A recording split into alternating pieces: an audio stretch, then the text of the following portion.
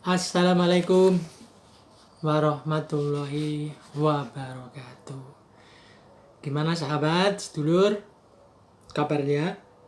Moga-moga bahagia, moga-moga gampang mencari rezeki, dan moga-moga sehat selalu. Sehat sangat penting hari-hari ini, apalagi di masa pandemi ini. Gitu ya bro? Saya akan sedikit menyampaikan cerita soal para tokoh atau pejabat yang dalam tanda kutip hidupnya sangat sederhana.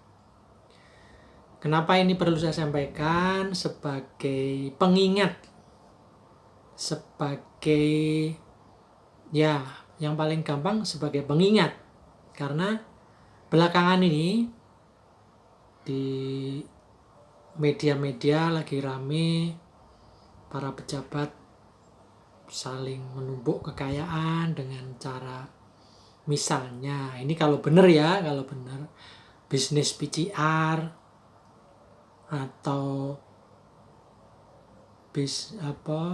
mengkorupsi bansos, atau para bupati yang tertangkap KPK, OTT, dan lain-lain. Intinya barangkali cerita ini nanti akan menjadi pengingat untuk kita semua. Syukur-syukur pejabat ada yang melihat video ini sehingga mereka nanti ngerem lah, karena harta yang banyak itu untuk apa sih gitu kira-kira. Bahkan ada salah satu tokoh yang menurut LHKPN atau yang sudah dilaporkan ke KPK punya harta kekayaan 179 miliar. Wow, luar biasa. Ini kebetulan cerita dari seorang tokoh ketua umum pimpinan Muhammadiyah pada era itu, yaitu Pak Kiai Haji A.R. Fahrudin, yang kebetulan termuat di dalam buku saya yang berjudul Pak A.R. Profil Kiai Merakyat dan Sederhana, kira-kira begitu. Jadi kalau kita membandingkan, kalau tokoh-tokoh hari-hari ini yang ramai dibicarakan, ada yang mampu menguasai tambang, mampu menguasai jaringan bisnis kesehatan, dan lain-lain misalnya. Sementara ada orang lain memang tidak bisa di apple to apple, tidak bisa dibandingkan. Misalnya Pak R orang sederhana dan nggak punya apa-apa, dan itu pun kan dulu. Apa ada orang sekarang gitu? Nggak bisa gitu juga. Tapi setidak-tidaknya ini harapan saya menjadi gambaran, menjadi pengingat. Moga-moga kita semua bisa mengikuti dan dalam bahasa Jawanya itu tidak kemaruk lah dari soal ngumpulin harta kekayaan yang luar biasa. Sementara rakyat di banyak daerah, di banyak desa masih miskin dan susah untuk makan sehari-hari. Saya baca tapi juga sedikit mungkin sambil saya tambahin dikit-dikit kalimatnya, karena ini ada beberapa yang bahasa Jawa. Pak AR tidak punya rumah. Bukan rahasia lagi kalau keluarga Pak AR tidak memiliki rumah pribadi. Rumah cukup besar di Jalan Cik di Tiro yang ditempati sejak tahun 1971 merupakan kepunyaan Muhammadiyah. Sebelumnya, sejak tahun 1950, Pak AR dan sekeluarga menghuni rumah sewa di Kauman nomor 260 milik Haji Abdullah. Karena rumah sewa tersebut sempit dan berada di lorong gang yang sempit pula, para pengurus dan sesepuh Muhammadiyah seyogyakan agar Pak AR dan keluarga menghuni rumah di Jalan Cik Ditiro. Sehingga dalam kedudukannya selaku Ketua PP Muhammadiyah, beliau sewaktu-waktu ketemuan dengan pejabat, Pak AR dapat menerimanya di tempat yang cukup representatif dan dekat dengan jalan umum, jalan besar. Bersamaan dengan tawaran tersebut, datang pula tawaran yang sama dari keluarga Prawiro Yuwono agar menempati rumah di Taman Siswa milik organisasi. Setelah ada jaminan bahwa setelah tidak menjadi ketua PP Muhammadiyah pun boleh tetap mendiami rumah tersebut. Jaminan itu dikemukakan oleh Haji Hasyim dan Haji Daris Tamim. Keduanya anggota PP Muhammadiyah.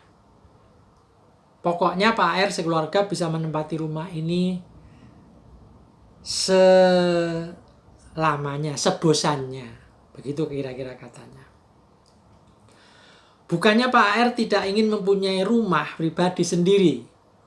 Keinginan itu telah diupayakan sewaktu menjabat Kepala Kantor Agama Provinsi Jawa Tengah di Semarang pada tahun 1959 sampai 1964. Beliau membeli rumah secara angsuran di suatu komplek yang diusahakan oleh pihak swasta. Dasar Pak AR, orangnya nggak pernah suudon, nggak pernah curiga, tidak pernah buruk sangka kepada siapapun.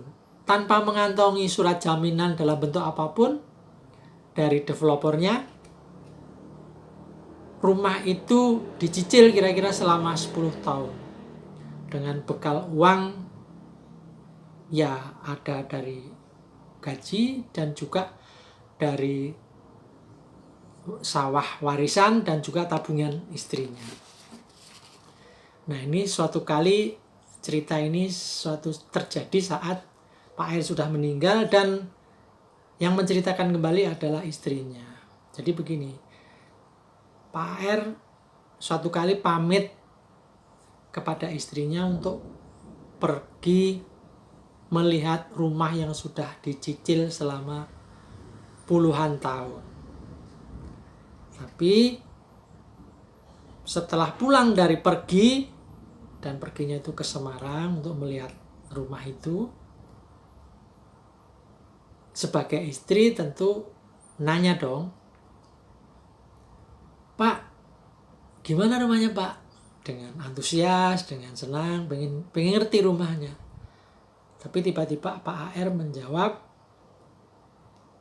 di luar dugaan dan dengan sangat tenang dan kalem. Ini saya sampaikan bahasa Jawanya dulu, nanti diterjemahkan. "Wes ora susah dirembuk maneh. Sesuk bakal diijoli omah sing luwih apik ning swarga." Artinya kira-kira begini, sudah tidak usah dibicarakan lagi. Besok akan mendapatkan rumah yang lebih baik di surga. Sang istri dengan jawaban itu tentu merasa gelo, merasa kecewa, merasa kenapa harus bertanya begitu ke Pak AR. Coba kalau tidak tanya begitu, pasti Pak AR jawabnya tidak kayak gitu. Artinya apa? Rumah yang sudah dicicil selama puluhan tahun dari ternyata boro-boro rumahnya ada, kampungnya aja nggak ada. Tapi tiap bulan Pak AR rutin membayar cicilannya. Sampai pada suatu saat ya beliau ingin melihat rumah dan hasil cicilannya itu, dan ternyata memang rumahnya juga tidak ada. Jadi ini sang istri kemudian merasa bersalah, bukan karena tindak penipuan yang dilakukan oleh developer kepada Pak A.R. Fahrudin, tetapi sang istri tadi kecewa pada dirinya sendiri kenapa harus bertanya seperti itu kepada Pak A.R. Fahrudin. Hingga akhirnya sampai cerita ini disampaikan istri saat Pak A.R. sudah meninggal, Pak A.R. memang tidak mempunyai rumah. Bahkan sampai akhir hidupnya Pak A.R. menempati rumah yang dimiliki oleh Muhammadiyah dan kesimpulannya dan tidak mempunyai rumah gitu. Nah, sekarang kita coba bandingkan dengan pejabat-pejabat sekarang yang konon ini lagi ramai bisnis PCR, lagi ramai bisnis apa sumbangan di korup, lagi rame macam-macam lah. Intinya, apakah masih ada orang-orang yang bisa hidup seperti Pak A.R. sampai-sampai rumah saja tidak punya, padahal dia kalau mau bisa, karena dia bayangkan sebagai ketua dari sebuah organisasi besar Muhammadiyah sampai-sampai nggak punya rumah. Ini luar biasa. Jadi ini saya kira menjadi bagian dari cerita inspirasi bahwa ternyata ada sosok orang seperti Kiai Haji A.R. Fahrudin, yaitu seorang tokoh Muhammadiyah yang pernah menjadi ketua umum PP Muhammadiyah pada masa zamannya. Dan cerita tadi itu saya kutip dari buku yang kebetulan saya tulis bersama teman-teman, judulnya Pak A.R. Profil Kiai Merakyat, diterbitkan oleh penerbit Dinamika, yang terbit pada tahun 1995. Jadi memang udah lama sekali, ini sekedar mengingatkan. Ternyata saya udah pernah menulis begini dan ya alhamdulillah buku ini dulu ramai dibeli di Muktamar di Aceh, Muktamar Muhammadiyah di Aceh. Sekedar sebagai pengingat sekali lagi,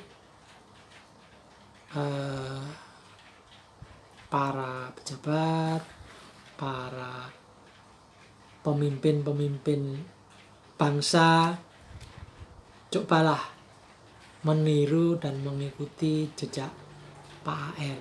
Bukan dari soal tidak punya rumahnya, bukan, tetapi bagaimana hidup sederhana, hidup tidak serakah, hidup bahasa Jawanya mungkin hidup sakmadyo. Toh harta kan tidak dibawa sampai mati. Jadi kalau ada tokoh yang bisa punya kekayaan sampai 179 miliar misalnya, ya itu bagus, luar biasa. Tapi coba manfaatkan kekayaan itu untuk syukur-syukur tidak menambah lagi, tapi bagaimana yang dengan yang sudah ada bisa bukan dibagikan, untuk bermanfaat bagi lingkungan sekitar. Setidak-tidaknya mengingatkan jangan korupsi, jangan mengambil hak orang lain melalui cara-cara yang tidak benar. Saya kira gitu, kawan-kawan, saudaraku. Moga-moga ini cerita ini menginspirasi. Kurang lebih mohon maaf. Saya Peci Miring Ahmad Bahar. Assalamualaikum warahmatullahi wabarakatuh.